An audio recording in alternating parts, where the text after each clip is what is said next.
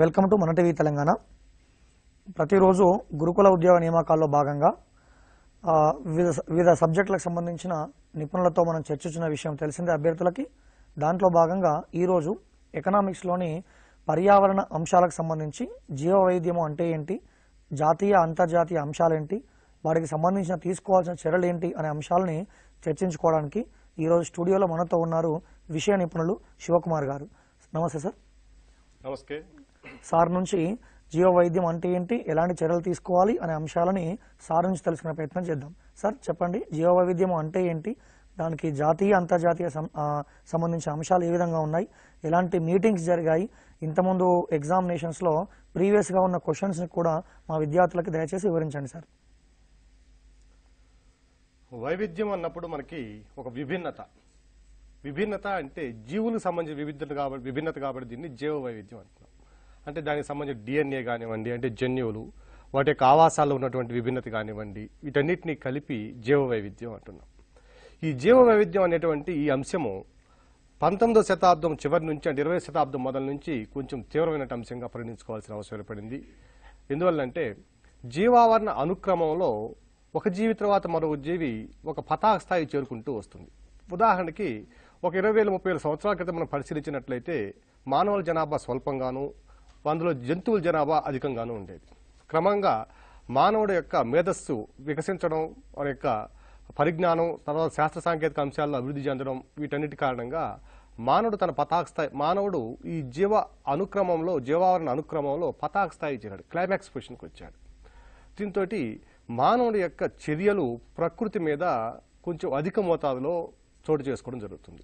అంటే తన యొక్క అవసరాల కోసం, అలాగే తన యొక్క విలాసవంతమైన జీవితం కోసం కొన్ని వనరులను సక్రమంగా కాకుండా దుర్వినియోగపరచుకోవడం జరగడం, అలాగే ప్రకృతి మీద మానవుల యొక్క జనాభా పెరగడం వల్ల ప్రకృతి మీద ఒత్తిడి పెరగడం వల్ల అనేక అనర్థాలు చోటు చేసుకోవడం జరుగుతుంది. సో ఫలితంగా ఈ జీవుల మీద కూడా కొంత ప్రెజర్ పెరగడం వల్ల వాటి వైవిధ్యత అనేది కూడా కొంత తగ్గుతూ రావడం, ఆ జీవులు కొన్ని అంతరించిపోవడం, కొన్ని అంతరించిపోయే స్థితికి రావడం, ఇలాంటి పరిస్థితులన్నీ కూడా మనం చూస్తూ ఉన్నాం. సో ఈ జీవ వైవిధ్యాన్ని పరిరక్షణ కోసం మొట్టమొదట international union for conservation of nature and natural resources మరియు యునైటెడ్ నేషన్స్ ఎన్విరాన్మెంట్ ప్రోగ్రామ్, ఈ రెండు కూడా సమగ్రమైన అధ్యయనం చేసి ఆ అధ్యయనం ప్రకారం జీవావరణ వ్యవస్థల సముదాయాన్ని జీవ వైవిధ్యం అని నామకరణం చేశాయి. ఈ జీవ వైవిధ్యాన్ని నామకరణం చేసిన వాళ్ళ వ్యక్తులను తర్వాత చూద్దాం వాళ్ళని. సో ఈ ప్రకృతిలో సహజంగా ఉండేటువంటి ఈ వైవిధ్యాన్ని ఏమన్నారంటే జీవ వైవిధ్యం అనడం జరిగింది. ఈ జీవ వైవిధ్యం అనేది వివిధ రకాల స్థాయిల్లో ఉంటుంది. ఉదాహరణకు ఒక ప్రత్యేకమైన భౌగోళిక ప్రాంతం తీసుకున్నాం అనుకోండి, ఆ భౌగోళిక ప్రాంతంలో ఉన్న జీవులు ఒక తరహా చెంది ఉంటే వేరే భౌగోళిక ప్రాంతంలో ఉన్న జీవులు ఇంకో రకాన్ని చెంది ఉంటాయి. ఉదాహరణకు భూమధ్యరేఖా ప్రాంతం తీసుకున్నాం అనుకోండి, భూమధ్యరేఖా ప్రాంత అడవుల్లో శాతహరితారణ్యాలు ఉంటాయి, ప్రతిరోజు వర్షపాతం ఉంటుంది.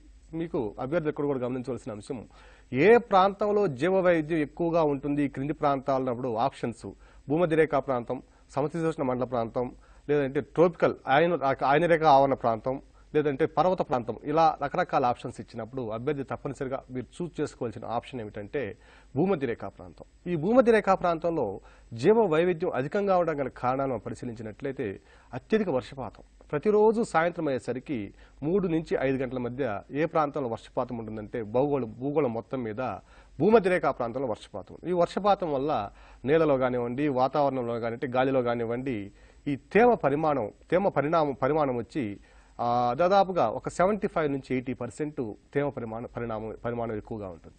మీరు ఇంకో బిట్ కూడా దీనికి అడగడానికి అవకాశం ఉంది. ఈ క్రింది ఏ ప్రాంతంలో వాతావరణంలో తేమ పరిమాణం ఎక్కువగా గలదు అన్నప్పుడు అది భూమధ్యరేఖా ప్రాంతం. అట్లాగే వర్షపాతం అత్యధికంగా సంభవించే ప్రాంతం కూడా భూమధ్యరేఖా ప్రాంతం. ఈ వర్షపాతం అత్యధికంగా సంభవించడానికి కారణం ఏమిటంటే ఈ ప్రాంతంలో సూర్యుడి యొక్క కిరణాలు నిట్టనిలువుగా పడడం అనేది. అంటే భూమధ్యరేఖలకి ఇరువైపులా, అంటే పైన కర్కాటక రేఖ నుంచి కింద మకర రేఖ వరకు, అంటే 23.5 డిగ్రీల ఉత్తర అక్షాంశం నుంచి 23.5 డిగ్రీల దక్షిణ అక్షాంశాల మధ్య వాతావరణంలో సూర్యకిరణాలు భూమి మీద నిట్టనిలువుగా పడడం వల్ల ఆ ప్రాంతంలో అధిక మొత్తంలో నీరు ఆవిరి కావడం, ఆ నీరు ఆవిరినటువంటి నీరు సంవహన ప్రవాహాల ద్వారా త్రోపాలలో పైకి చేరడం, క్రమంగా నీరు మరలా వర్షపాతం సంభవించడం, వీటన్నిటి మూలంగా ఈ ప్రాంతంలో తేమ అనేది అధికంగా ఉంటుంది. ఫలితంగా వృక్షాలు అధిక సంఖ్యలో పెరుగుతూ ఉంటాయి. ఉదాహరణకి భూమధ్య రేఖా ప్రాంతంలో తీసుకున్నాం అనుకోండి, 1 ఎకరము పొలంలో కనుక మనం పరిశీలించినట్టయితే కనీసం 250 రకాల మొక్క జాతులను మనం పరిశీలించవచ్చు.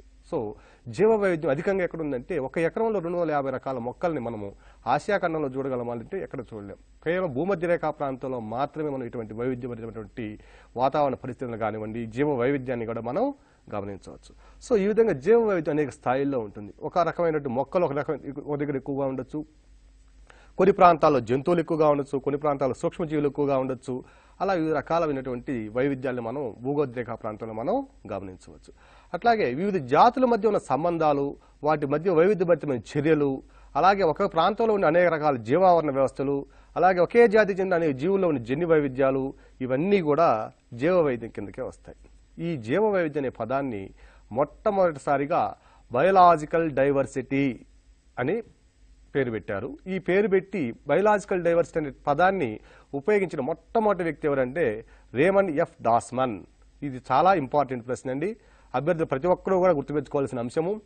జీవ వైవిధ్యం అనే పదాన్ని మొట్టమొదటిగా ఉపయోగించింది, జీవ వైవిధ్యం అనే దాన్ని మొట్టమొదటి జీవ సంబంధ వైవిధ్యము అనే పదంగా ఉపయోగించారు, బయోలాజికల్ డైవర్సిటీ.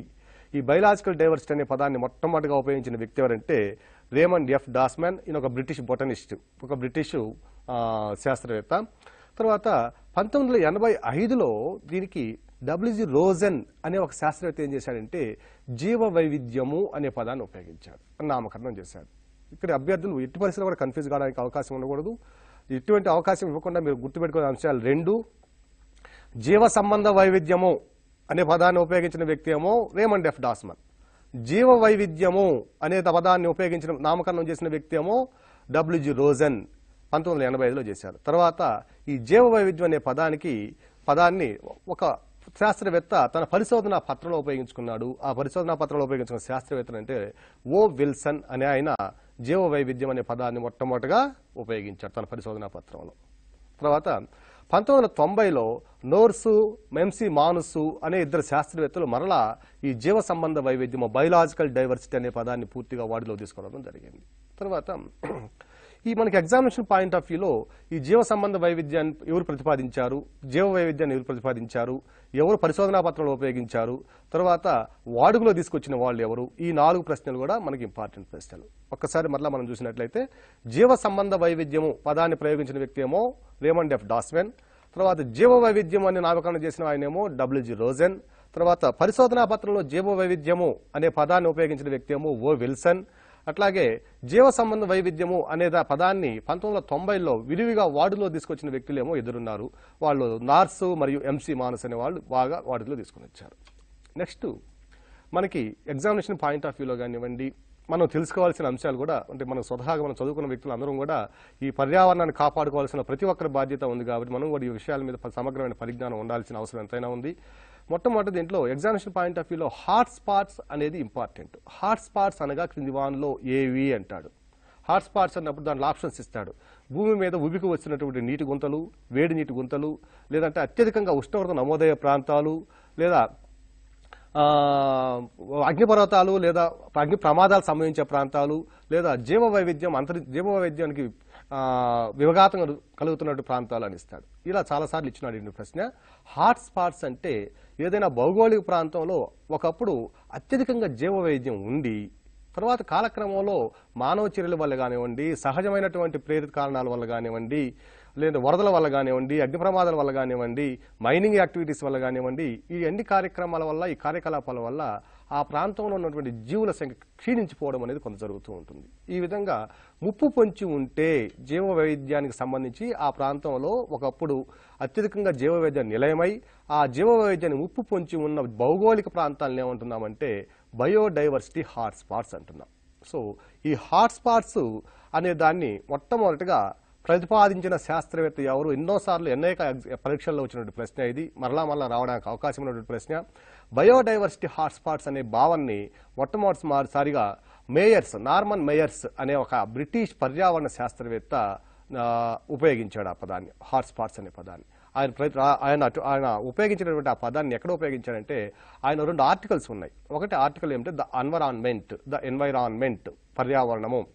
1988లో ఈ ది ఎన్విరాన్మెంట్ అనే ఆర్టికల్లో ఉపయోగించాడు. ఇక్కడ అభ్యర్థులు గుర్తుపెట్టుకోవాల్సిన అంశం ఏమిటంటే బయోడైవర్సిటీ హాట్స్పాట్స్ అనే పదాన్ని మొట్టమొదటిసారిగా వ్యక్తీకరించినటువంటి ఆర్టికల్ క్రింది వానలో ఏది అన్నప్పుడు ద ఎన్వైరాన్మెంట్. ఏ సంవత్సరం అంటే 1988లో దాన్ని ప్రయోగించినటువంటి శాస్త్రవేత్త ఎవరంటే నార్మన్ మైయర్స్. మరలా గుర్తుపెట్టుకోవాలి, నార్మన్ మైయర్స్ అనే శాస్త్రవేత్త బయోడైవర్సిటీ హాట్స్పాట్స్ అనే పదాన్ని మొట్టమొదటిసారిగా ప్రతిపాదించాడు 1988లో. ఆయన ఆర్టికల్ ఏమిటంటే ద ఎన్వైరాన్మెంట్. ఇంకొక ఆర్టికల్ కూడా ఉంది, జనరల్గా ఇదంతా గుర్తుపెట్టుకోవాల్సిన అంశం లేదు, కానీ వినండి ఒకసారి. Earth's biological richest and most endangered terrestrial eco regions అనే ఒక ఆర్టికల్ కూడా ఉంది 1999లో. దీంట్లో కూడా హాట్స్పాట్స్ అనే పదాన్ని ఉపయోగించిన శాస్త్రవేత్త ఎవరంటే నార్మన్ మైయర్స్. ఓకేనా, నార్మన్ మైయర్స్. తర్వాత 2004లో రసెల్ మిట్టర్ అని ఒక ఆయన ఉన్నాడు. ఆయన హాట్స్పాట్స్ రివైజ్డ్లో నార్మన్ మైయర్స్ ఆర్టికల్స్ని రివైజ్ చేశాడు. నార్మన్ మైయర్స్ ఆర్టికల్స్ ఏమిటి? ద ఎన్వైరాన్మెంట్, తర్వాత ఇంకోటి చెప్పిన ఆ రెండింటి ఆర్టికల్స్ రివైజ్ చేస్తూ హాట్స్పాట్స్ని, తర్వాత ఆయన హాట్స్పాట్స్ రివైజ్డ్ అనే ఒక గ్రంథాన్ని రాశాడు. ఇక్కడ అభ్యర్థులు గుర్తుపెట్టుకోవాల్సిన అంశం ఏమిటంటే హాట్స్పాట్స్ రివైజ్డ్ అనే గ్రంథ రచయిత ఎవరు అన్నప్పుడు అది నార్మన్ మైయర్స్ కాదండి, రసెల్ మిట్టర్. తప్పనిసరిగా అభ్యర్థులు గుర్తుపెట్టుకోవాల్సింది, మీరు కన్ఫ్యూజ్ కాకుండా. హాట్స్పాట్స్ అనగానే మనము నార్మన్ మైయర్స్ అనే పదం గుర్తుకొచ్చి దాన్ని ఆన్సర్గా పెడతాం, కానీ ఆన్సర్ మనకు సరైన ఆన్సర్ ఏమిటంటే 2004లో రసెల్ మిట్టర్ అనే ఆయన హాట్స్పాట్స్ రివైజ్డ్ అనే ఒక గ్రంథాన్ని రాశాడు. తర్వాత ఈ హాట్స్పాట్స్ రివైజ్డ్ అనే గ్రంథంలో తన హాట్స్పాట్స్ నిర్వచించాలంటే ఎటువంటి కండిషన్స్ మనకు కావాలి అనేది కూడా ఒక ఇంపార్టెంట్ విషయం. ఇది కూడా మనకి దాన్ని ఆయన హాట్స్పాట్స్ రివైజ్లో వ్యక్తీకరించాడు. ఆ హాట్స్పాట్స్ రివైజ్లో ఏదైనా ఒక భౌగోళిక ప్రాంతాన్ని హాట్స్పాట్గా మనం గుర్తించాలి లేదా డిక్లేర్ చేయాలంటే ఎటువంటి కండిషన్స్ ఉండాలంటే 2 షరతులు ఉంటాయి దానికి. ఆ షరతుల్లో మొట్టమొదటి షరతు ఏమిటంటే కనీసం ఏదైనా ఒక భౌగోళిక ప్రాంతంలో 1500 నాళికా కణజాలయుత మొక్కలు అంతరించే స్థితికి రావాలి. అంటే ఎండమిక్ జాతులుగా ఉండాలి. అంటే నాళికాయుత కణజాల మొక్కలు అంటే వేజిలర్ ప్లాంట్స్. ఈ మొత్తం ఒక భౌగోళిక ప్రాంతాలు కనీసం ఒక 1500 మొక్కలు కనుక అంతరించిపోయే స్థితికి కనుక వస్తే దాన్ని హాట్స్పాట్స్ అంటాం. రెండవ కండిషన్ ఏమిటంటే కనీసం 70% సహజ ఆవాసాన్ని లేదా వృక్షజాలాన్ని కోల్పోయి ఉండాలి. కనీసం 70% ఆ ప్రాంతంలో ఉన్నటువంటి వృక్షజాలము తమ ఆవాసాన్ని కోల్పోయి ఉండాలి. అంటే ఒకవేళ మనం మైనింగ్ యాక్టివిటీస్ కానీ ఇలాంటి చర్యలు తీసుకుంటే, అంటే గనుల త్రవ్వకం, అలాంటి త్రవ్వకాల వల్ల చాలా జంతువులు, చాలా మొక్కలు తన ఆవాసాన్ని కోల్పోయి తన వేరే స్థలాలకి వెళ్ళిపోవడం జరుగుతుంది. అంటే మైగ్రేషన్ జరుగుతుంది.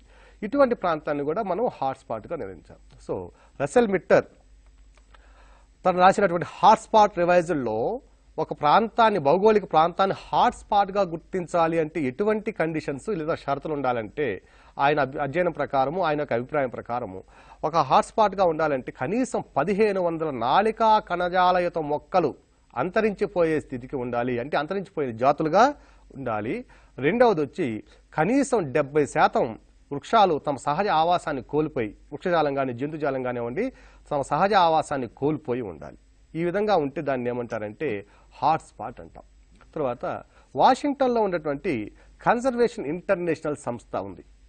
కన్జర్వేషన్ ఇంటర్నేషనల్ సంస్థ అభ్యర్థులు మనకి ఇక్కడ ప్రశ్న రావడానికి ఉన్నటువంటి అవకాశం ఏంటంటే కన్జర్వేషన్ ఇంటర్నేషనల్ సంస్థ ఈ క్రింది ప్రక్రియను కాపాడుతుంది లేదా దాని యొక్క ముఖ్య ఉద్దేశం ఏంటి అంటారు.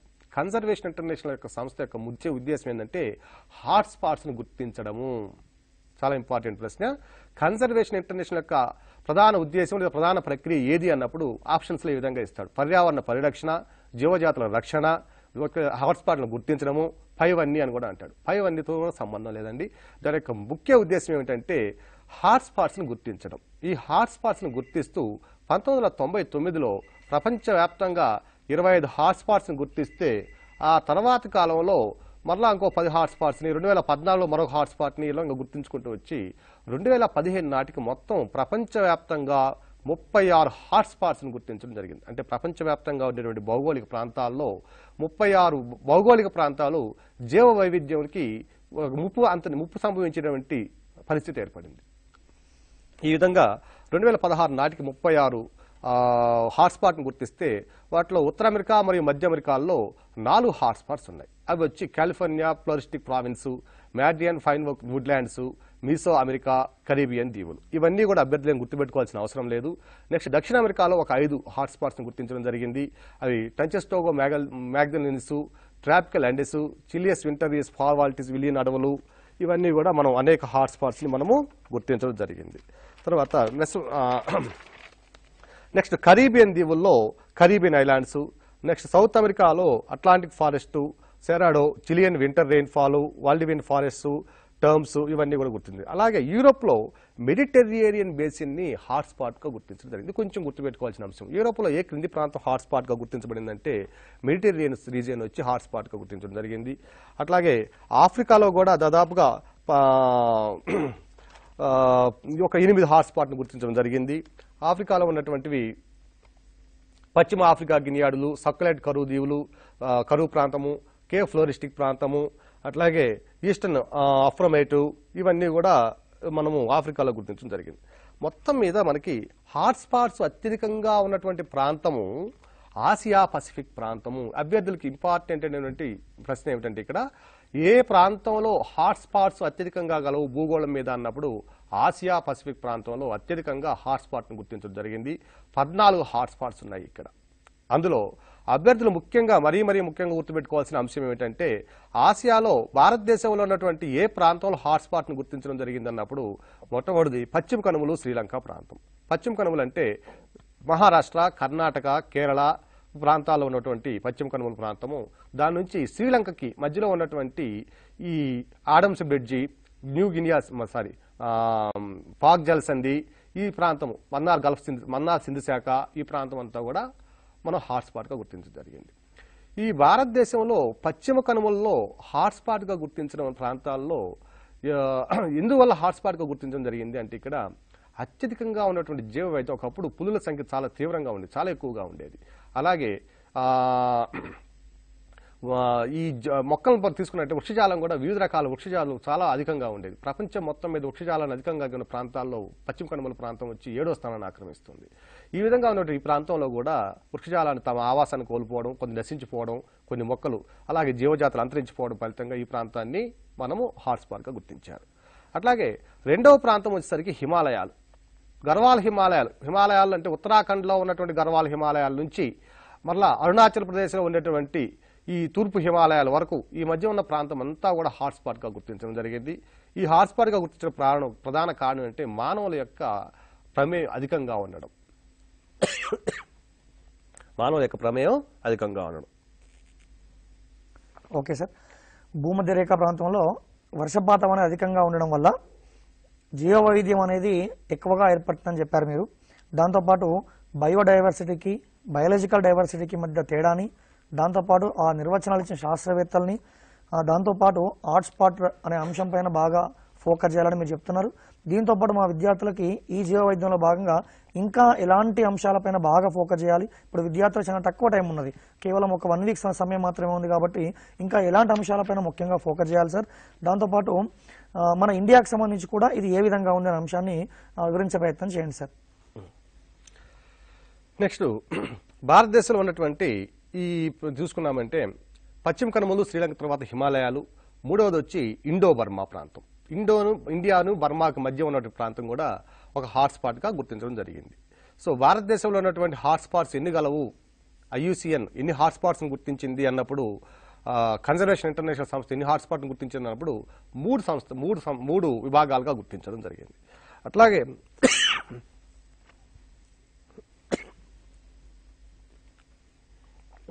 నెక్స్ట్ వచ్చి నైరుతి చైనా, ఫిలిప్పీన్స్, జపాను, సుందాల్యాండు, వాలేషియా, న్యూ కాలిడోనియా, ఈ ప్రాంతాలు నైరుతి ఆస్ట్రేలియా, ఈశాన్య ఆస్ట్రేలియా, మైక్రోనేషియా, తూర్పు మెలనేషియా దీవులు, ఇవన్నీ కూడా హాట్స్పాట్స్ గుర్తించడం జరిగింది. కానీ ఇవన్నీ కూడా అభ్యర్థులకు అవసరం లేదు. ఇక్కడ గుర్తుపెట్టుకోవాల్సిన అంశం ఏమిటంటే సుందాల్యాండ్ ఉంది. భారతదేశంలో గుర్తించబడినటువంటి 3 హాట్స్పాట్స్ హిమాలయాలు, పశ్చిమ కనుమలు, తర్వాత పశ్చిమ కనుమలు శ్రీలంక, నెక్స్ట్ ఇండో బర్మా సరిహద్దు ప్రాంతంతో పాటు భారతదేశంలో ఏ భాగము హాట్స్పాట్స్గా మరొక భాగం కూడా గుర్తించబడింది అన్నప్పుడు సుందాల్యాండ్ అనేది ఇండోనేషియా సుమత్రా దీవుల్లో ఉన్నటువంటి భాగము.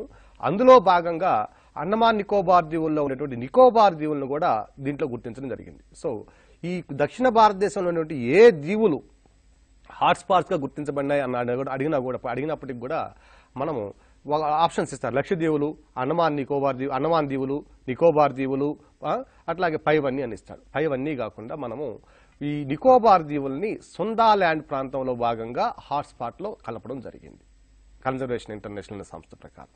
తర్వాత వచ్చి మనం యునెస్కోలో మనకి ఈ హాట్స్పాట్స్ని పరిరక్షించడం లేదా జీవ వైవిధ్యం అత్యధికంగా ఉండి దెబ్బతినిపోతుంది ఈ ప్రాంతాలని పరిరక్షించడం కోసం అంతర్జాతీయంగా కానివ్వండి, జాతీయంగా కానివ్వండి కొన్ని చర్యలు తీసుకోవడం జరుగుతుంది. అందులో ముఖ్యంగా మనం చెప్పుకోవాల్సిందంటే యునెస్కో స్టార్ట్ చేసినటువంటి man and biosphere programme, MAB అంటాం దీన్ని. ఈ మ్యాబ్లో భాగంగా ప్రతి ప్రాంతంలో ఎక్కడైతే జీవావరణ వ్యవస్థలో జీవ వైవిధ్యం దెబ్బతింటుందో ఆ ప్రాంతాలన్నింటినీ కూడా యునెస్కోలోని మ్యాబ్ అనే కార్యక్రమం ఏం చేస్తుందంటే జీవావరణ వ్యవస్థ రక్షిత ప్రాంతాలుగా అంటే బయోస్పియర్ రిజర్వ్స్గా గుర్తించడం జరిగింది. ఈ విధంగా ప్రపంచం మొత్తం మీద ఇప్పటి వరకు 117 దేశాల్లో 621 ప్రాంతాలని బయోస్పియర్ రిజర్వ్స్గా గుర్తించడం జరిగింది. అభ్యర్థులు ఒక విషయం అండి, ఇది ఇక్కడ మనకి స్క్రోలింగ్ అవడం లేదు, ఈ పాయింట్ గుర్తుపెట్టుకోండి. ప్రపంచవ్యాప్తంగా మొత్తం 117 దేశాల్లో 621 బయోస్పియర్ అంటే జీవ వైవిధ్య సంరక్షణ ప్రాంతాలుగా మనము గుర్తించడం జరిగింది. ఇప్పటి వరకు భారతదేశంలో 18 బయోస్పియర్ రిజర్వ్స్ని గుర్తించారు. ఇక్కడ అభ్యర్థులు ప్రతి ఒక్క అభ్యర్థి కూడా గుర్తుంచుకోవాల్సిన అంశం ఏమిటంటే ఏ బయోస్పియర్ రిజర్వ్ ఏ ప్రాంతంలో ఉన్నది అదే తప్పనిసరిగా గుర్తుపెట్టుకోవాల్సిన అంశం. ఇప్పుడు నీలగిరి బయోస్పియర్ రిజర్వ్ ఏ రాష్ట్రాల్లో విస్తరించి ఉంది అంటాడు. అది వచ్చి నీలగిరి అనగానే మనం తమిళనాడు ఒకటే గుర్తుకొస్తుందండి. కానీ నీలగిరి బయోస్పియర్ రిజర్వ్ విస్తరించిన ప్రాంతాలు తమిళనాడు, కేరళ, కర్ణాటక ఈ 3 రాష్ట్రాల్లో విస్తరించి ఉంది. అలాగే గల్ఫ్ ఆఫ్ మన్నార్ ఇప్పుడే అనుకున్నాం మనం, ఇండియా శ్రీలంక ప్రాంతాన్ని హాట్స్పాట్గా గుర్తించారు. కన్జర్వేషన్ ఇంటర్నేషనల్ సంస్థ గుర్తించినటువంటి ప్రాంతము ఇండియా శ్రీలంక ప్రాంతం, అంటే పశ్చిమ కనుమ శ్రీలంక ప్రాంతం. ఈ శ్రీలంక ప్రాంతానికి భారతదేశానికి మధ్య ఉన్నటువంటి సింధు శాఖను ఏమంటామంటే అరేబియా బంగాళాఖాతంలో ఉన్న సింధు శాఖను ఏమంటామంటే మన్నార్ సింధు శాఖ అంటాం, గల్ఫ్ ఆఫ్ మన్నార్.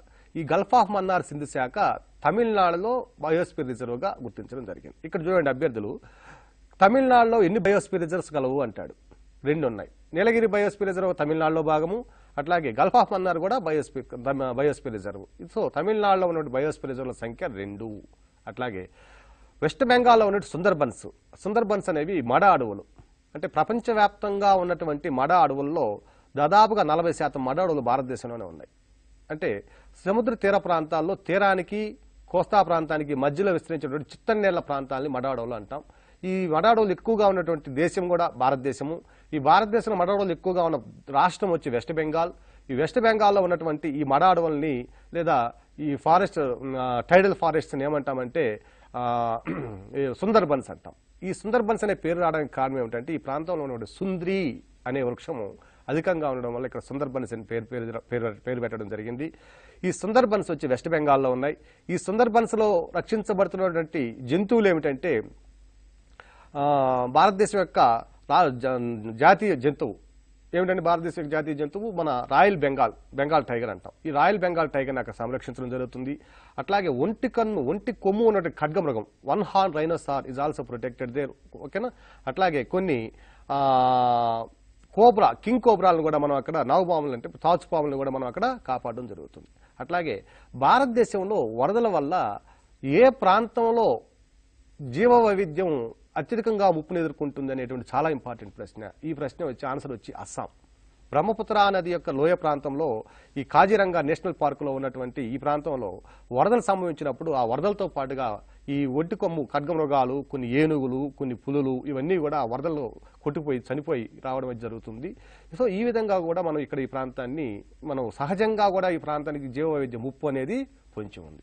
అట్లాగే ఈ ప్రాంతంలో ఉన్నటువంటి ఈ సుంద్రి అనే చెట్లను కూడా ఒకానొక సమయంలో అధికంగా నరకివేయడం వల్ల కూడా మనకి జీవ వైవిధ్యం అనేది కొంత తగ్గడం జరిగింది. అట్లాగే ఇంకో ప్రశ్న, దీనికి అనుబంధమైన ప్రశ్న ఏమిటంటే మనం ముందు చూస్తాం ఈ అంశాన్ని. 1971లో రంసార్ కన్వెన్షన్ అనేది వచ్చింది. రంసార్ ఒప్పందం వచ్చి చిత్తడి నేలల పరిరక్షణ కోసం ఉద్దేశించబడినటువంటి ఒప్పందం.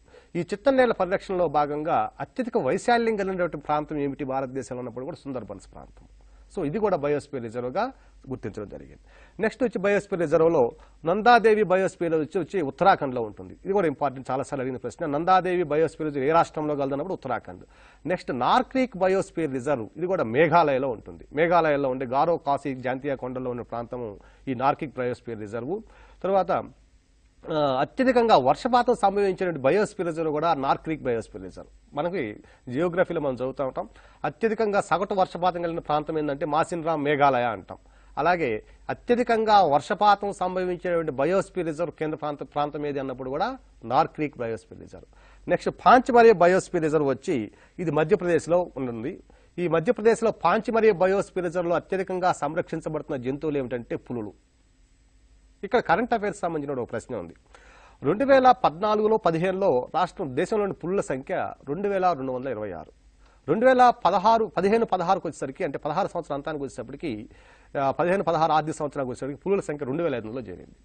ఈ 2500 పులుల్లో అత్యధికంగా జనాల రేటు నమోదు చేసుకున్న ప్రాంతము పాంచమరియా నేషనల్ పార్క్.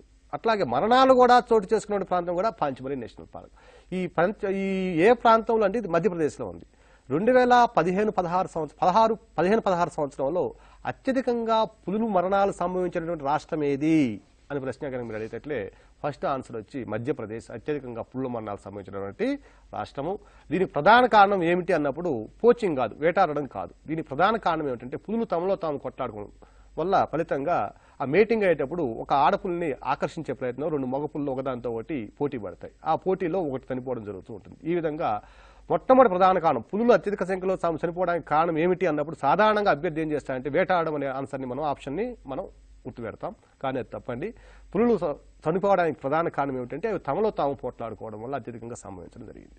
తర్వాత పాంచమరియా నేషనల్ పార్క్ వచ్చి మధ్యప్రదేశ్లో ఉంది. Next Simlipal national park Odisha. చాలాసార్లు అడిగినటువంటి ప్రశ్న ఇది. సిమ్లిపాల్ నేషనల్ పార్క్ ఏ ప్రాంతంలో కలదంటే ఒడిశాలో ఉంది. అట్లాగే గ్రేట్ నికోబార్ బయోస్పియర్ రిజర్వ్ వచ్చి నికోబార్ దీవుల్లో ఉంది. అండమాన్ నికోబార్ దీవుల్లో కింద దక్షిణాగ్రంలో ఉన్న ప్రాంతం ఏంటంటే నికోబార్ దీవులు. ఆ నికోబార్ దీవుల్లో ఉంది. ఈ నికోబార్ దీవులు 2004లో సంబంధించిన సునామీ వల్ల కూడా కొంత భూభాగమే కదిలిపోయి ఆ సందర్భంలో కొంత జీవ వైవిధ్యం కూడా కొంత దెబ్బతినడం అనేది జరిగింది. సో సునామీ ద్వారా ఏ జీవ సంరక్షణ ప్రాంతం బయోస్పియర్ రిజర్వ్ కొంత ముప్పును ఎదుర్కోవడం జరిగింది అన్నప్పుడు అది నికోబార్ దీవుల్లో ఆ ముప్పును ఎదుర్కోవడం అనేది జరిగింది. అభ్యర్థులు గమనించాలి. అట్లాగే అచానక్మర్ అమర్కాంతక్ బయోస్పియర్ రిజర్వ్ వచ్చి ఛత్తీస్గఢ్ మధ్యప్రదేశ్ 2 రాష్ట్రాల్లో విస్తరించి ఉంది. అట్లాగే అగస్త్యమలై బయోస్పియర్ రిజర్వ్ చాలా ఇంపార్టెంట్. చాలా ప్రశ్నలు అడుగుతున్న ప్రశ్న ఇది.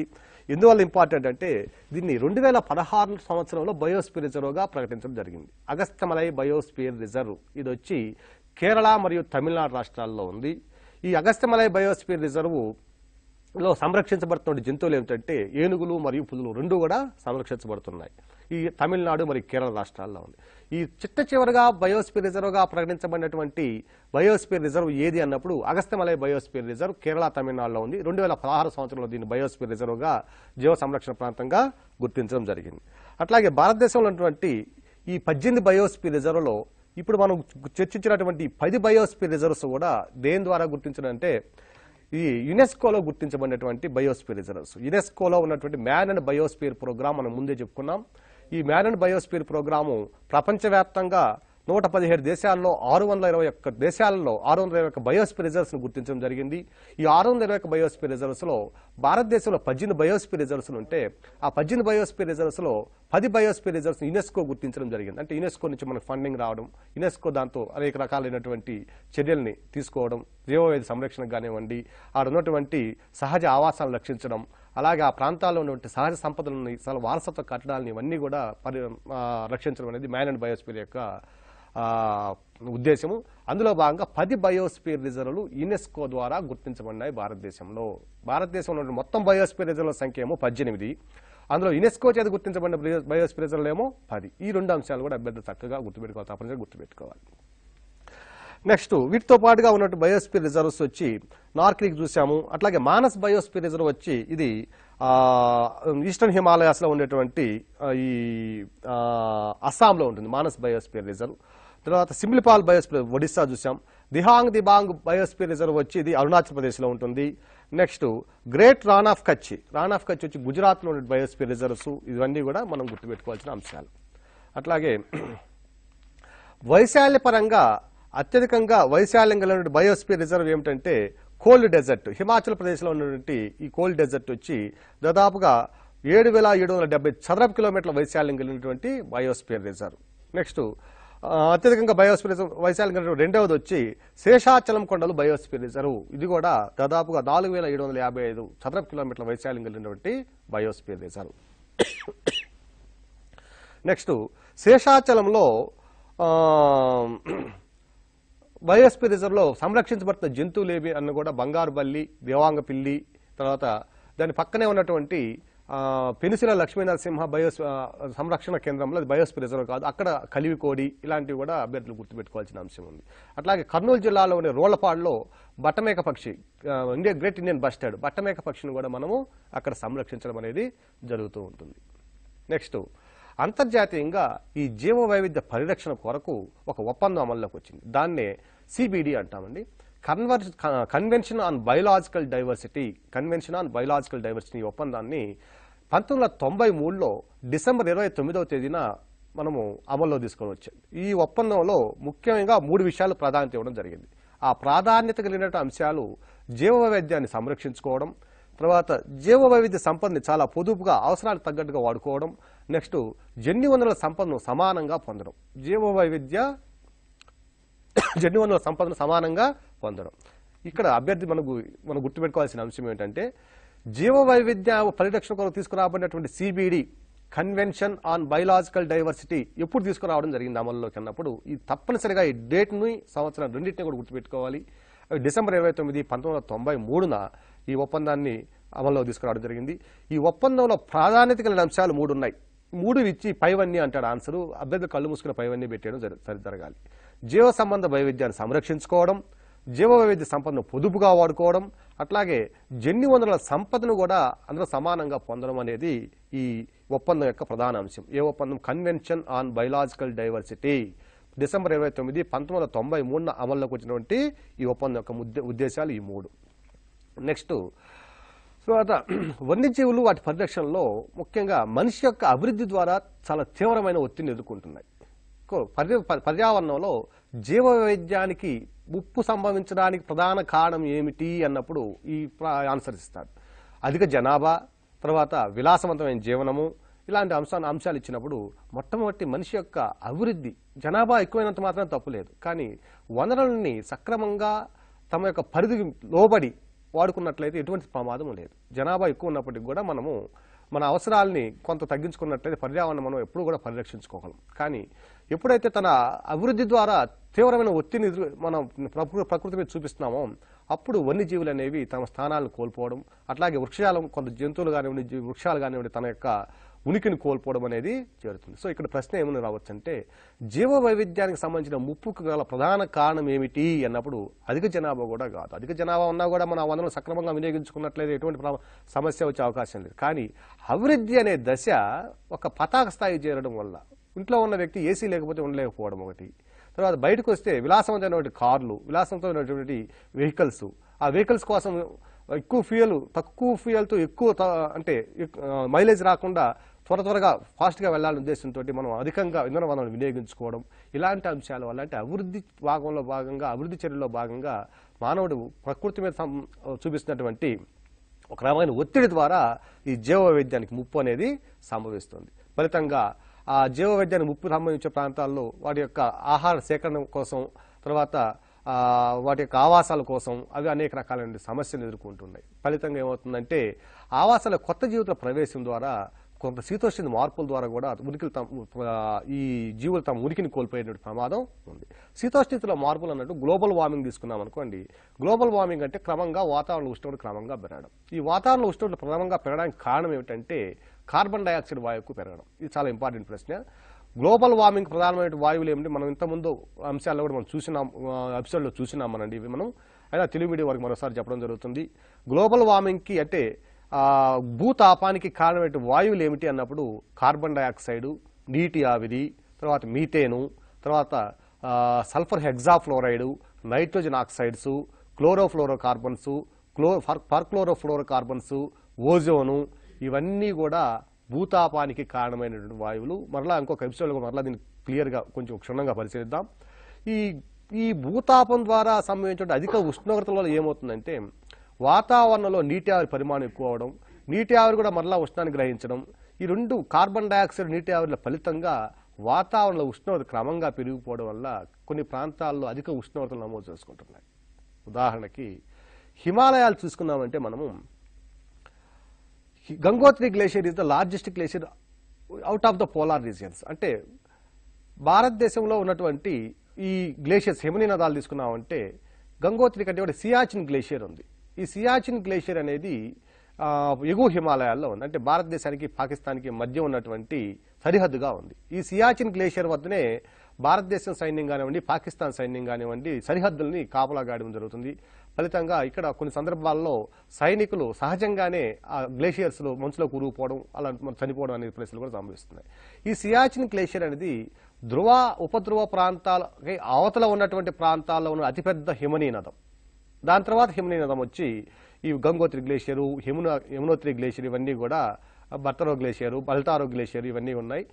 ఈ గ్లేషియర్స్ అంటే హిమనీ నదాలు క్రమంగా కరిగిపోవడం అనేది సంభవిస్తుంది. హిమనీ నదాలు ఎప్పుడైతే కరిగిపోతున్నాయో ఆ ప్రాంతంలో మంచు అనేది తగ్గిపోయి భూభాగం అనేది పైకి రావడం అనేది జరుగుతుంది. భూమి మీద ఉన్న మంచు కరిగిపోతే కొన్ని ప్రాంతాల్లో భూమి యొక్క ఉపరితలం అనేది ఈ సూర్యకిరణాలకి ఎక్స్పోజ్ అవుతూ వస్తుంది.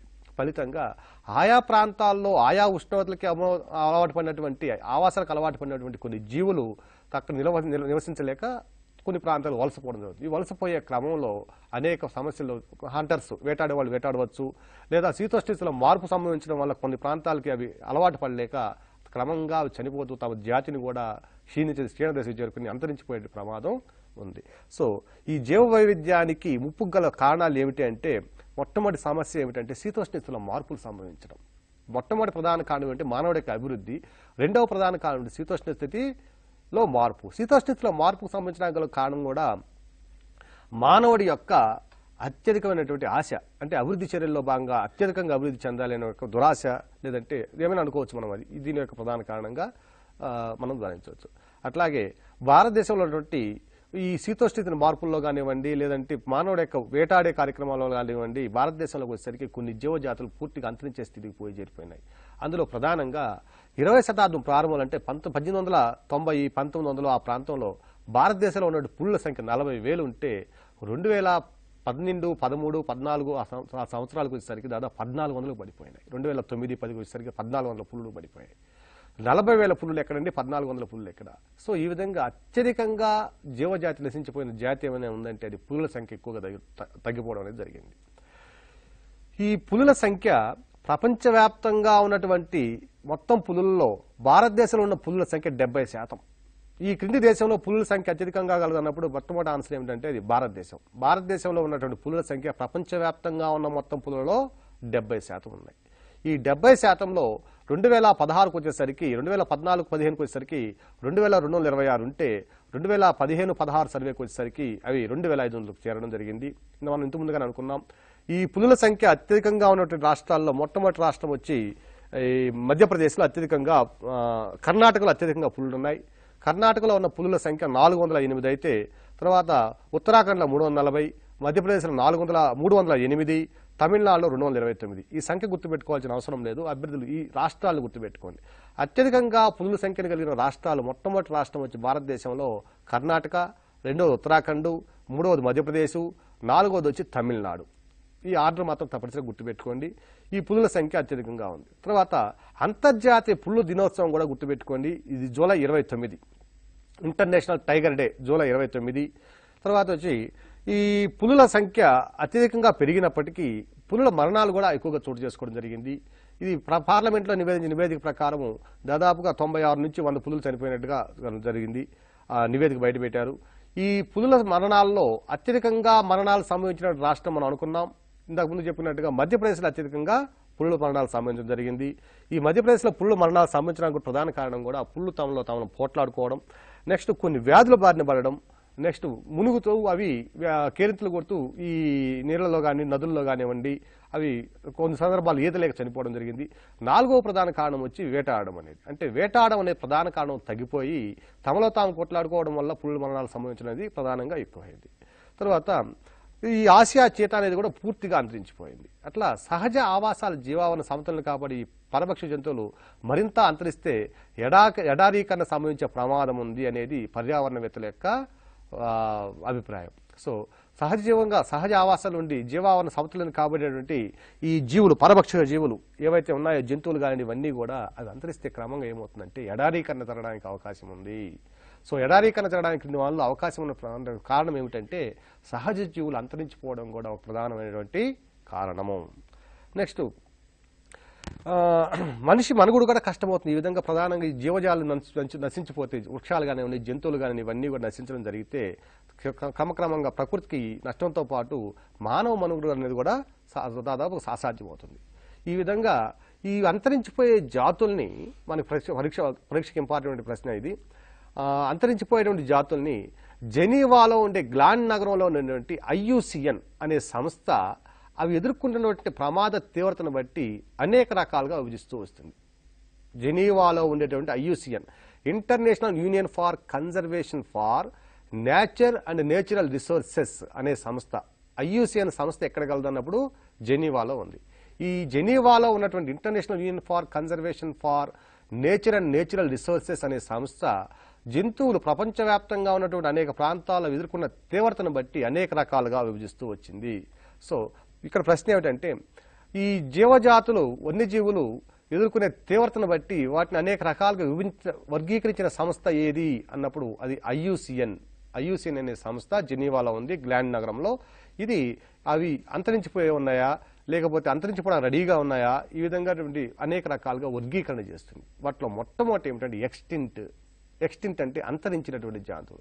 అంటే చివరికి ఒక్క ఫొటోస్లో తప్ప మనము సజీవంగా కూడా ఒక్కటి కూడా చూడలేని స్థితిని ఏమంటామంటే అంతరించిన ప్రాణులు అంటాం. అంటే చిట్ట చివరి కూడా చనిపోయి నిస్సందేహంగా చెప్పగలం మనం. ఆ జాతి పూర్తిగా అంతరించడం నిర్ధారిస్తారు. అప్పుడు దాన్ని ఏమంటామంటే అంతరించిన జాతులు. అంతరించిన జాతుల్లో ఉండే జీవజాతుల సంఖ్య ఎంత అన్నప్పుడు ఏ సంఖ్య ఉండదు. పూర్తిగా మనం ఫోటోల్లో చూడడం తప్ప వాటిని మనము, లేదంటే చిత్రాల్లో ఎవరైనా గీసినప్పుడు చూడడం తప్ప మనం వాటిని ఇక చూడడానికి అవకాశం లేనటువంటి జాతులు అంతరించిన జాతులు. నెక్స్ట్ ఆ అంతరించిన జాతుల్లో మనకి ఆసియాలో ఉండేటువంటి ఆసియా చీటా, ఇది అంతరించిపోయినట్టుగా రికార్డులోకి ఎక్కింది. అలాగే ఊదారంగు తలగల బాతు, ఇలాంటి అనేక జాతులు కూడా అంతరించిపోయాయి. నెక్స్ట్ రెండవ వర్గీకరణ ఏమిటంటే ఎక్స్టింట్ ఇన్ ద వరల్డ్, అంటే సహజ ఆవాసాల్లో అంతరించినాయి. సహజంగా అంతరించిపోయాయి, అడవుల్లో ఉండాల్సి అంతరించిపోయాయి. కానీ ఎక్కడో ఒక మనిషి యొక్క, మానవుడి యొక్క ప్రమేయం వల్ల వాటిని జాగ్రత్తగా కాపాడుకుంటూ వస్తూ 1 లేదా 2 లేదా 5 లేదా 10 అలాంటి స్పీసెస్, అంటే చాలా తక్కువ సంఖ్యలో ఉంటే బతికున్నాయి అవి. కానీ సహజ ఆవాసాలు అంతరించిపోయి మానవుడి యొక్క పరిరక్షణలో మాత్రమే అవి కనుక బతికున్నట్లయితే వాటిని ఎక్స్టింట్ ఇన్ ద వైల్డ్ అంటాం. సహజ ఆవాసాల్లో అంతరించిపోయాయి. ఉదాహరణకు సౌత్ చైనా పులి, ఇది కూడా సహజ ఆవాసాల్లో కోల్పోయి చివరికి మానవుడి యొక్క పరిరక్షణలో మాత్రమే ఇది బతికున్నది. నెక్స్ట్ మూడవది వచ్చి క్రిటికల్లీ ఎండేంజర్డ్, అంటే ప్రమాదం అంచుల్లో ఉన్నవి ఇవి. ప్రమాదం అంటే చివరికి ఇంకా ఇవి కూడా అంతరించిపోయే స్థితికి వస్తున్నాయి. అంటే సహజ ఆవాసాల్లో ఉన్నప్పటికీ ఒకటి అక్కడ ఇక్కడ ఉంటాయి తప్ప తమ సంఖ్యను చాలా తీవ్రంగా కోల్పోయి అవి కూడా మనిషి సంరక్షిస్తే తప్ప వాటిని మనము సాధ్యం కాదు, వాటి మనుగడ సాధ్యం కాదు, రక్షించలేము అనే స్థితికి వచ్చినట్టు వాటిని ఏమంటామంటే క్రిటికల్లీ ఎండేంజర్డ్ అంటాం. ఉదాహరణకి ఇండియన్ రైనో ఖడ్గమృగం కూడా అంతరించిపోయి దాదాపుగా మనం ఇంతకుముందు చెప్పుకున్నట్టుగా సుందర్బన్లో ఉన్నటువంటి ఆ బయోస్పియర్ రిజర్వ్స్లో మనం దాన్ని, కాజీరంగా నేషనల్ పార్క్లో దాన్ని మనము సంరక్షిస్తున్నాం. ఈ Indian rhino, next lion tailed macaque, Indian wild ass, ఇది గుజరాత్లో ఉండేటువంటి గిర్ అడవుల్లో రక్షించబడుతున్నటువంటి వైల్డ్ యాస్. ఇది కూడా ఇంపార్టెంట్ ప్రశ్న, ఇంతకుముందు చాలాసార్లు అడిగినటువంటి ప్రశ్న. తర్వాత బట్టమేక పక్షి, ఇంతకుముందు అనుకున్నాం మనం, కర్నూలు జిల్లాలోని రోళ్లపాడు అడవుల్లో ఉన్నటువంటి బట్టమేక పక్షి కూడా అంతరించిపోయే స్థితికి వచ్చింది. సహజ ఆవాసాల్లో అక్కడ ఒకటి ఇక్కడ ఒకటి, అంటే సంవత్సరాలకు 2 సంవత్సరాలకు కెమెరాస్ చిక్కుతాయి తప్ప అవి మనం ఎప్పుడంటే కావాలంటే చూసేంత సంఖ్య అక్కడ లేవు అవి. నెక్స్ట్ ఎండేంజర్ స్పీసెస్, అంటే అంతరించే ప్రమాదం ఉన్నవి. అంటే వీటికి ప్రధాన కారణం ఏంటంటే వేటాడము, లేదంటే ప్రమాదం, అంటే అనేక కారణాల ప్రమాదాల్లో పడడము, అగ్నిపర్వతాలకు సంబంధించి, లేదంటే అగ్ని ప్రమాదాలకు సంబంధించినప్పుడు, లేదంటే అగ్ని పర్వతాలు విస్ఫోటన జరిగినప్పుడు, లేదంటే ఆ జీవుల మీద అత్యధికంగా మనము ఆధారపడినప్పుడు, ఇవన్నీ కూడా, లేదంటే ఆవాసాల క్షీణత, మైనింగ్ కార్యకలాపాల వల్ల కానివ్వండి, లేదంటే వ్యవసాయీకరణం, అడవులు నరికివేయడం వల్ల కానివ్వండి, వీటన్నిటి వల్ల కూడా ఎండేంజర్డ్ స్పీసెస్ అనేవి వస్తాయి. వీటిలో మొట్టమొదటి చెప్పుకోవాల్సింది ఏంటంటే ఆసియాటిక్ ఎలిఫెంట్. మనకు భారతదేశంలో ఉన్నటువంటి ఆసియా ప్రాంతంలోని ఎలుగులన్నీ కూడా, ఇవన్నీ కూడా ఈ దీని కిందకే వస్తాయి. హలో సార్, ఇప్పుడు మనకు అభ్యర్థి లైన్లో మనతో మాట్లాడడానికి సిద్ధంగా ఉన్నారు సార్. ఆ అభ్యర్థి ఒకసారి మాట్లాడే ప్రయత్నం చేద్దాం సార్. హలో, చెప్పండి sir. Good afternoon sir. Good afternoon, చెప్పండి సార్ నా పేరు రంజిత్ రెడ్డి సార్. చెప్పండి. Hello sir. ఏం లేదు సార్, ఇందాక లాస్ట్ టైము టీజీటీ వాళ్ళకు ఒక క్వశ్చన్ అడిగాడు సార్. ఏంటంటే ఈ కాన్ఫరెన్స్ మీద, ఎన్విరాన్మెంటల్ మీద కాన్ఫరెన్స్ మీద ప్రతిసారి ఒక క్వశ్చన్ వస్తుంది సార్. దాని మీద ఒక biodiversity conference plus environmental conference మీద ఒక 2-3 minutes ఎక్స్ప్లెయిన్ చేయగలరని మనవి. సార్ మీ ప్రశ్నకి సమాధానం శివకుమార్ గారు ఇస్తారు. చెప్తాను. తప్పకుండా కవర్ అవుతుందండి. ఇంకా టాపిక్ కవర్ కాలేదు, ముందు ఉంది కాబట్టి వస్తుంది, తప్పకుండా వస్తుంది. కరెంట్ అఫైర్స్లో వస్తున్నాయండి అవన్నీ కూడా చూడండి. నెక్స్ట్ చెప్తాను, అవి కూడా చెప్తాను. నెక్స్ట్ అంతరించే ప్రమాదం ఉన్నటువంటివి ఆవాసాల క్షీణత, అధిక దుర్వినియోగము, ఇటువంటి వల్ల కూడా వేట మొదలైన ఈ ప్రక్రియల వల్ల ఇవన్నీ కూడా చనిపోవడం, అంటే చివరి స్థితికి రావడం జరుగుతుంది. నెక్స్ట్ వీటిలో అంతరించిపోయే ప్రమాదం ఉన్న వాటిల్లో భారతదేశంలో కానివ్వండి, ఆసియాలో ఉన్నటువంటి ప్రధానమైనటువంటి ఏంటంటే ఆసియాటిక్ ఎలిఫెంట్, తర్వాత బ్లూ షీప్. నెక్స్ట్ వనరబుల్ జాతులు, అంటే భవిష్యత్తులో ప్రమాదంలో జారిపోవడానికి అవకాశం ఉండేటువంటి జాతులు ఇవి. వనరబుల్ జాతులు అనేవి క్రింది వానలో ఏవి అని ప్రశ్న ఇచ్చినప్పుడు అవి భవిష్యత్తులో అంతరించిపోవడానికి అవకాశం, అంటే ప్రమాద స్థితిలో చేరడానికి ఉన్న అవకాశం ఉన్న జాతులు ఇవి. ఓకేనా? భవిష్యత్తులో ప్రమాదంలో చేరే అవకాశం ఉన్న జాతుల్ని ఏ విధంగా గుర్తించారు అన్నప్పుడు అవి వనరబుల్ జాతులుగా గుర్తించింది. నెక్స్ట్ అలాగే థ్రెటెండ్, క్రిటికల్ ఎండేంజర్డ్ ఇవన్నిటిని కూడా కలిపి ఉందని థ్రెటెండ్ జాతులు అని అంటాం. ఇక్కడ పెద్ద అభివృద్ధి అంతగా ఫరక్ చేయాల్సిన, భయపడాల్సిన అవసరం లేదు. కాకపోతే డేటా డెఫిషియెంట్ అనే దాన్ని ఏమంటామంటే సమాచారం లేనివి. ఇవన్నీ కూడా అనేక రకాలుగా వర్గీకరించడం జరిగింది. సో స్విట్జర్లాండ్లో ఉండేటువంటి gland, international union for conservation for nature and natural resources, IUCN, ఇక్కడ అభ్యర్థి గుర్తుపెట్టుకోవాలి చెప్పే అంశము. ఈ అంతరించిపోతున్న జాతులను గుర్తించినటువంటి సంస్థ క్రింది వాన్లో ఏది అన్నప్పుడు IUCN, international union for conservation for nature and natural resources. ఇది ఎక్కడ ఉందంటే జెనీవాలో ఉండే గ్లాండ్ నగరంలో ఉంది, స్విట్జర్లాండ్లో. ఈ సంస్థ ఈ అంతరించిపోతున్న జాతుల్ని వర్గీకరణ చేస్తుంది. అందులో వర్గీకరణ చేసే వాటిలో మనం చూసామండి, అంటే ఎక్స్టింక్ట్, అసలు పూర్తిగా అంతరించిపోయిన జాతులు, ఒక్క జీవి కూడా బతికి ఉంది అని ఖచ్చితంగా చెప్పడానికి అవకాశం లేనటువంటి జాతులను ఏమంటాం ఎక్స్టింక్ట్ జాతులు, అంతరించిపోయినవి. వీటిలో ఆసియన్ చీతా అనేది మొట్టమొదటి ఇంపార్టెంట్. ఆసియా చీతా IUCN వర్గీకరించిన ఏ జాబితాలో గలదు అన్నప్పుడు అది అంతరించిపోయిన జాతి, ఎక్స్టింక్ట్ జాతిలో ఉంది. అలాగే ఊదారంగ తలగల వాతు. Next extinct in the wild, అంటే అంతరించిపోయే సహజావాసాలు అంతరించిపోయావి. ఎక్కడో మనిషి యొక్క, మానవుని యొక్క ప్రమేయం ద్వారా కొన్ని ప్రాంతాల్లో వాటిని పరిరక్షించే ఉద్దేశంతో పరిరక్షిస్తున్న మాత్రమే వాటిని ఎక్స్టింక్ట్ ఇన్ ద వైల్డ్ అంటాం. దానికి ఉదాహరణ వచ్చి సౌత్ చైనా పులి. అలాగే క్రిటికల్లీ ఎండేంజర్డ్, అంటే దాదాపుగా అంతరించిపోయే స్థితికి వచ్చినటువంటి వాటికి ఉదాహరణ ఇండియన్ రైనో. నెక్స్ట్ వచ్చి లయన్ టైల్డ్ మేకాకు. తర్వాత ఇండియన్ వైల్డ్ యాస్ చెప్పానండి. వైల్డ్ యాస్ని గుజరాత్లోని గిర్ అడవుల్లో రక్షించబడుతుంది. బట్టమేక పక్షి, ఇది కూడా ఇంపార్టెంట్ బిట్. కర్నూలు జిల్లాలో ఉన్న రోడపాడులో ఉండే బట్టమేక పక్షి ఏ జాబితాలో చేర్చబడింది అంటాడు. Endangered, extinct, critical endangered, threatened ఇలా ఇస్తాడు. సో ప్రమాద అంచుల్లో ఉన్నటువంటి క్రిటికల్ ఎండేంజర్డ్ స్థితిలో ఉన్నటువంటి జంతువు ఏమిటంటే, పక్షి ఏమిటంటే బట్టమేక పక్షి. అలాగే ఇండియన్ వైల్డ్ యాస్ కూడా బట్టమేక పక్షితో పాటుగా క్రిటికల్ ఎండేంజర్డ్ స్థితిలో ఉన్నది, భారతదేశంలో ఉన్నటువంటివి. నెక్స్ట్ అలాగే ఎండేంజర్డ్, ఇవన్నీ కూడా దీంట్లో ఉన్నటువంటి జాతులు. నెక్స్ట్ ఈ థ్రెటెండ్, అంటే దాదాపుగా ఇంకా వీటికి భవిష్యత్తులో కూడా ప్రమాదం ఉంది ఈ విధంగా అన్నప్పుడు ఒక ప్రాంతానికి పరిమితమై ఉండడం, లేదా ప్రమాదం సంభవిస్తే పూర్తిగా అంతరించడం. వాటికి ఉదాహరణ ఏమిటంటే గ్యాంజెటిక్ డాల్ఫిన్. ఈ గ్యాంజెటిక్ డాల్ఫిన్ అనేది సుందర్బన్ అడవుల్లో బయోస్పియర్ రిజర్వ్స్ లో భాగంగా గంగానది తీరంలో సంరక్షించబడుతున్నటువంటి జంతువు ఇది, గ్యాంజెటిక్ డాల్ఫిన్. నెక్స్ట్ అండమాన్ పంది, అండమాన్ టేలు, ఇవన్నీ కూడా ఈ దాదాపుగా ఈ ప్రమాద స్థితిలో చేరుకున్నట్టే. ఈ విధంగా ఈ ప్రమాద స్థితి చేరుకున్న వాటిల్లో రక్షించడం కోసం మనం అనుకున్నట్టుగా ఈ స్విట్జర్లాండ్లో ఉండే గ్లాండ్ నగరంలో ఉన్నటువంటి ఈ IUCN ఒక ప్రోగ్రాం ప్రారంభించింది. 1963లో ఇది ప్రారంభించింది ఈ ప్రోగ్రాం ప్రకారం ప్రతి సంవత్సరం కూడా ప్రతి ఏటా ఈ ఏవైతే అంతరించిపోతున్నాయో ఆ అంతరించిపోయే జాతుల్ని ప్రతి సంవత్సరం కూడా తన నివేదిక ద్వారా బహిర్గతం చేస్తూ ఉంటుంది. ఆ బహిర్గతం చేసేటువంటి ఆ బుక్ని ఏమంటామంటే రెడ్ డేటా బుక్ అంటాం. సో రెడ్ డేటా బుక్ని ప్రదర్శించేది ఎవరంటే IUCN. తర్వాత వన్యజీవుల సంరక్షణ కోసం అక్కడక్కడ ఉన్నటువంటి స్థానిక తెగల్ని కాపాడుకోవడం కోసం, అలాగే చారిత్రక ప్రాంతాలను కూడా కాపాడుకోవడం కోసం 1971లో మనం అనుకున్నట్టుగా యునెస్కో మ్యాన్ అండ్ బయోస్పియర్ ప్రోగ్రామ్ని ప్రారంభించింది. అలాగే మ్యాన్ అండ్ బయోస్పియర్ కింద మనం ముందు చెప్పుకున్నట్టుగానే బయోస్పియర్ రిజర్వ్స్ను కూడా మనము కొత్త ఏర్పాటు చేసుకోవడం జరిగింది.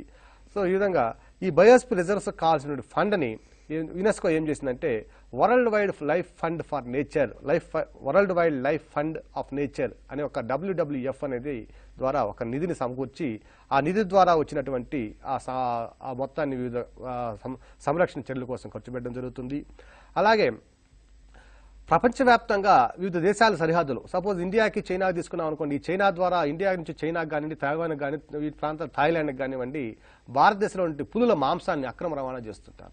ఈ అక్రమ రవాణా జరగకుండా 1975లో వివిధ దేశాల సరిహద్దుల వద్ద ఈ అక్రమ రవాణా నిరోధించే ఉద్దేశంతో 1975లో convention of international trade in endangered species of flora and fauna CITES అనే ఒప్పందం, అంతర్జాతీయ ఒప్పందం అమల్లోకి వచ్చింది. ఇక్కడ అభ్యర్థి గుర్తుపెట్టుకోవాల్సిన అంశం ఏమిటంటే సైట్స్ అంటే convention of international trade in endangered species for flora and fauna. ఇది ఏ సంవత్సరం అమల్లోకి వచ్చింది అని అడుగుతాడు. 1975లో అమల్లోకి వచ్చింది. ఈ 1975లో వచ్చింది. అలాగే 1975 డిసెంబర్ 21న ఇంకొక ఒప్పందం కూడా అమల్లోకి వచ్చింది. అది రంసార్ కన్వెన్షన్. 1971లో దీనికి చర్యలు తీసుకుంటే ఈ రంసార్లో ఇరాన్లో ఉండే ఒక సిటీలో ఈ రంసార్ కన్వెన్షన్ అనేది 1975 నుంచి అమల్లోకి వచ్చింది, డిసెంబర్ 21 నుంచి. ఈ అంతర్జాతీయ ఒప్పందం యొక్క ప్రధాన ఉద్దేశం ఏంటంటే చిత్తడి నేలల సంరక్షణ. ఈ చిత్తడి నేలల సంరక్షణలో భాగంగా భారతదేశంలో 28 చిత్తడి నేలలు అందులో గుర్తించడం జరిగింది. అట్లాగే జీవ వైవిధ్య పరిరక్షణకు సంబంధించి CBD convention on biological diversity మనం ఒప్పుకున్నాం. ఆ ఒప్పందం అమల్లోకి వచ్చిన డేట్ కూడా మరలా మీరు గుర్తుపెట్టుకోవాలి, డిసెంబర్ 29, 1993. ఈ విధంగా ప్రపంచవ్యాప్తంగా అనేక ఒప్పందాలు అమల్లోకి వస్తూనే ఉన్నాయి. ఈ అమల్లోకి వచ్చిన ఒప్పందాలని పరిరక్షించే ఉద్దేశం భారతదేశంలో కూడా ఉంది కాబట్టి భారతదేశం ఏం చేస్తుందంటే అంతర్జాతీయ పర్యావరణ ఒప్పందాలను పరిరక్షిస్తూనే తర్వాత తను కూడా కొన్ని చర్యలు తీసుకోవడం ప్రారంభించింది. అందులో భాగంగా ప్రధానమంత్రి అధ్యక్షతన పనిచేసేటువంటి national board for wild life అనే ఒక విధానాన్ని రూపొందించి దాన్ని కూడా అమలు చేస్తూ ఉంటుంది. ఈ వైల్డ్ లైఫ్ కోసం న్యూఢిల్లీలో ఒక ప్రధాన కార్యాలయం ఉంటే దక్షిణ భారతదేశంలో అనేక ప్రాంతీయ కార్యాలయం వచ్చి చెన్నైలో ఉంటుంది. అలాగే జబల్పూరు, కోల్కతా, ముంబై ఈ ప్రాంతాల్లో కూడా తన యొక్క కార్యకలాపాలని విస్తరించడం కోసం ఆ వైల్డ్ లైఫ్ జీవ వైద్య పరిరక్షణ కోసం ఈ national board for wild life అది పనిచేస్తూ ఉంటుంది. తర్వాత ఈ ప్రణాళిక ఈ national board for wild life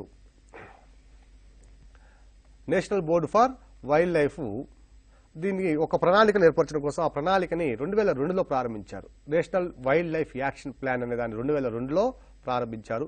ఇది 2016 వరకు అమల్లో ఉంటుంది. నెక్స్ట్